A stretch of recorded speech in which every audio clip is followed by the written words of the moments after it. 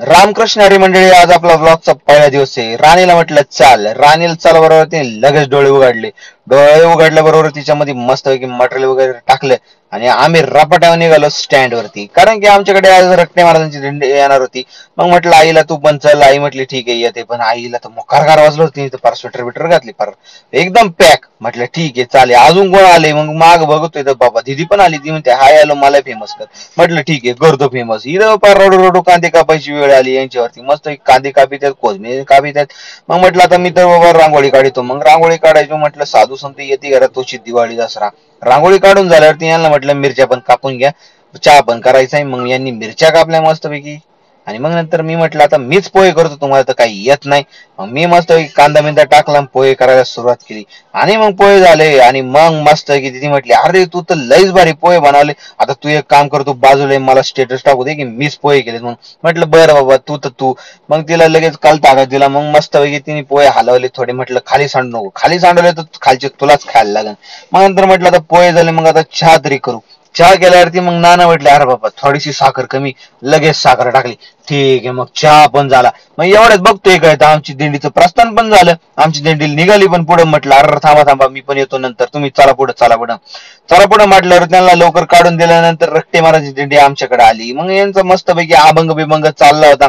अभंग चालताना मग म्हटलं आता दिदीला म्हटलं विनेकरीचे पाय बी धुवून घे. तिने धुवून घेतले मस्त. म्हटलं आता रट्टे महाराजांना नका मागं ठेवायचं, त्यांची दिंडी आहे म्हटल्यावरती त्यांचे पण पाय धुतले पाहिजे. दिदीने मस्तपैकी रट्टे महाराजांना पाटावरती बोलावलं.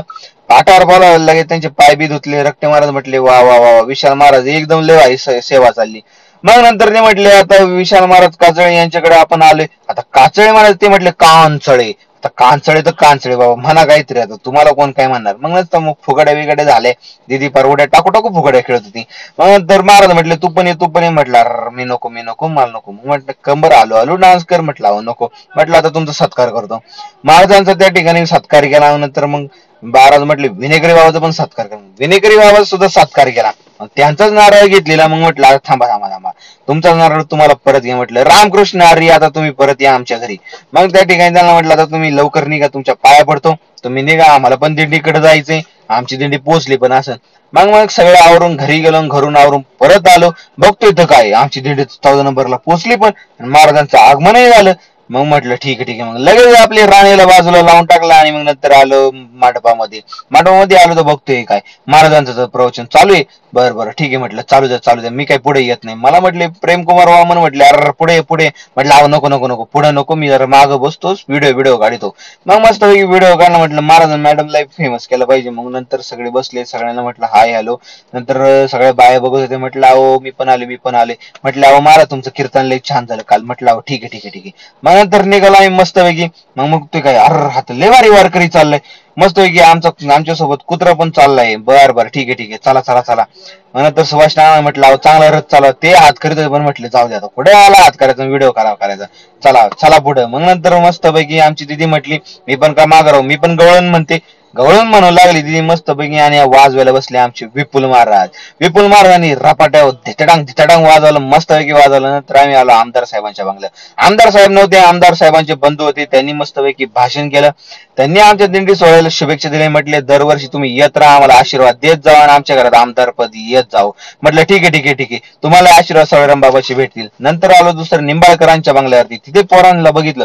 पोरांची तर फार धडपड चालू आहे आमच्या वारकऱ्यांच्या सेवेसाठी. फार मस्तपैकी पाण्याच्या बॉटल उचलताय, फार पळत आहे, फार भांडत आहे. बाबा मी वाटणार मी वाटणार मी वाटणार. म्हटलं अरे तुम्ही सगळेच वाटा, भांडण करू नका. नंतर बघतोय की आमच्या चोपदार बाबांनी तर फार 7-7 बेळीचे पुढे खाल्ले. बेळीचे पुढे खाऊन तर फार पाण्याच्या बाटल्या 4-4 पिले. एवढी भूक लागली. म्हटलं अहो थांबा आपल्याला आता जेवण मिळणार आहे. मग नंतर आम्ही आलो दिलीप शेठ कोठारी यांच्या बंगल्याकडे. आणि मस्तपैकी म्हटलं आता कीर्तन चालू आम्ही गाडीत बसू. विपुल महाराज आमच्या सोबत बसले. आणि आमचे बंधू रोहन शेठ कोठारी आम्हाला बरेच दिवसातून भेटले. इकडे विशाल महाराज हडवळे यांचं कीर्तन चालू होतं. मग बाया तर लगेच मागं बघायला अगं बाबा कोण आलं कोण आलं. म्हटलं कोण नाही मीचे. विशाल महाराज म्हटले पुढे या. म्हटलं अहो नका चालू द्या, मी व्हिडिओ जरा काढतो. मग इकडे बाहेर आम्हाला धनुशेठ शेलोद भेटले, आशीर्वाद ग्रुपचे सर्वा.